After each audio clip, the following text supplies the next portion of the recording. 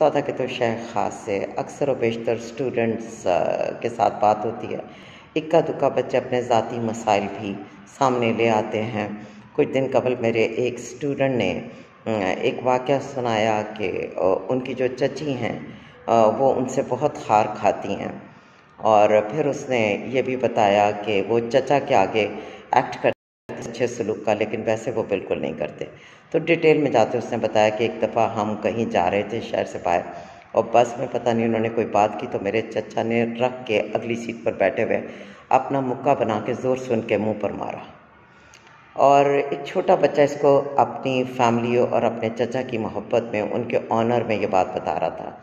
लेकिन मैंने उसको भी उस वक्त नसीहत की। मैंने कहा, आपकी चची इसलिए आपको पसंद नहीं करती क्योंकि बेटे, एक औरत अपने शौहर की ज़्यादती को माफ़ कर देती है, लेकिन अगर शौहर अपने रिश्तेदारों या पब्लिक में उसको ज़लील करे तो वो उन लोगों को माफ़ नहीं करते जो उसकी तज़लील के गवाह होते हैं। और साथ ही मैंने उस बच्चे को कहा कि बेटे, कभी भी एक अच्छा मर्द अपनी माँ, बहन, बीवी, बेटी पर ऊंची आवाज़ नहीं उठा, अपनी किसी सबॉर्डिनेट, अपनी मुलाजिम खातून से भी बात नहीं करता।